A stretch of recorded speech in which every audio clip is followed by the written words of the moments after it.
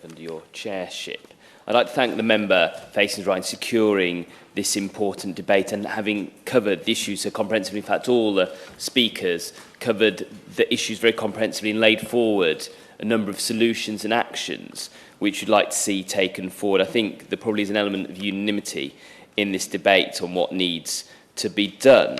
Today on World Oceans Day, we acknowledge this year's theme, Planet Ocean Tides Are Changing, as a call to intensify our efforts towards understanding, preserving and harnessing the power of our oceans. Our vast oceans hold the key to so much: biodiversity, marine ecosystems, climate change mitigation, food security, renewable energy and the future preservation of our planet. The role of our oceans in combating climate change is grossly underappreciated. Over 70% of our planet's surface is made up of ocean, producing at least half our world's oxygen. Since 1978, the oceans have absorbed over 90% of the Earth's increased heat and 40% of fossil fuel emissions, making them the world's largest carbon sink. Yet these watery giants are seldom acknowledged as active players in the fight against climate change.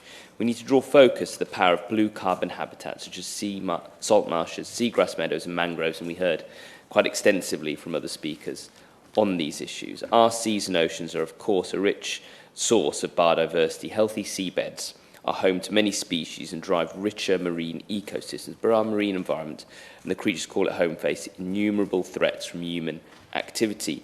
Damage from waste and toxins, dredging and dragging the seabed, the destruction of corals, merls and sandbanks, I could go on. The government's commitment to UN's pledge to protect 30% of land and sea by 2030 is all well and good, but their actions do not suggest they're going to get us there. Indeed, the latest analysis from LINC, the largest environmental and wildlife coalition in England, found that although 40% of English waters are designated as marine protected areas, only a maximum of 8% of English seas are effectively protected for nature.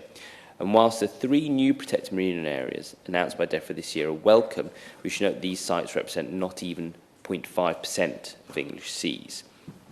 The impact of humankind on oceans cannot be understated. It's now been 5 years since David Attenborough's groundbreaking Blue Planet 2 forced marine plastic pollution to public consciousness and inspired millions across the globe to take action. His work encouraged a seismic shift in the public consciousness and helped to put plastic pollution on the political agenda. Despite this, the plastic pollution problem in oceans continues to get worse. In fact, UN estimates that plastic pollution in oceans and other bodies of water could more than double by 2030.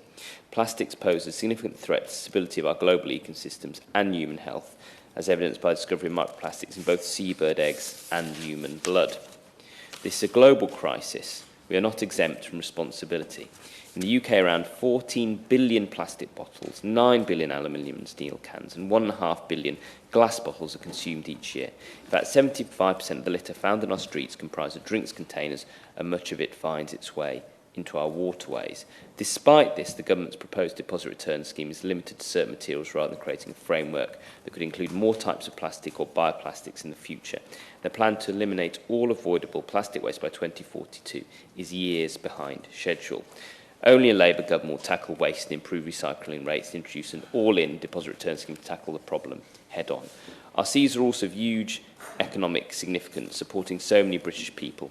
Fishing, offshore energy, building, tourism, I could go on, but the government's action, or lack of, are a huge threat to many of these jobs. Considering the worrying 44% drop in the levels of shellfish caught and landed in the UK in just the last year. And what about Teesside, where the local fishing industry has reported a 95% drop in the catch of shellfish, such as lobsters and crabs?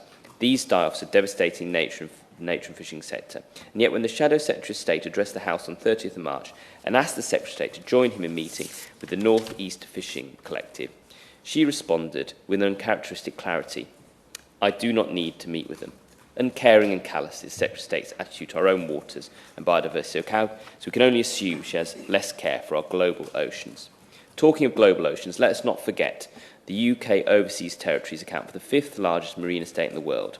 I actually at this point would like to praise government ministers, especially Lord Goldsmith, for the Blue Belt programme and Darwin funding. But speaking to many of the overseas territories in May at the UCOT conference here in Westminster, they still felt that the UK did not give them a voice at global negotiations, an approach which would change with Labour, with a modern, respectful and engaged partnership with our overseas territories. It's this sort of attitude that encapsulates just how little the government cares about the impact of their actions on the lives of the people they're elected to serve. Take the tourism industry, for example.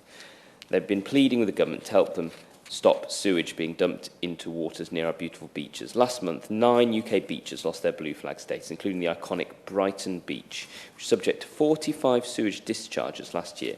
Yet just last month, the government blocked Labour's bill, which have ended the sewage scandal and finally have made water bosses accountable.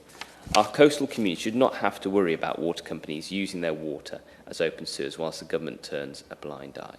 So while it's positive to see World Oceans Day being celebrated this way, it's now incumbent on the government to convert warm words into concrete action and protect our blue planet. Thank you.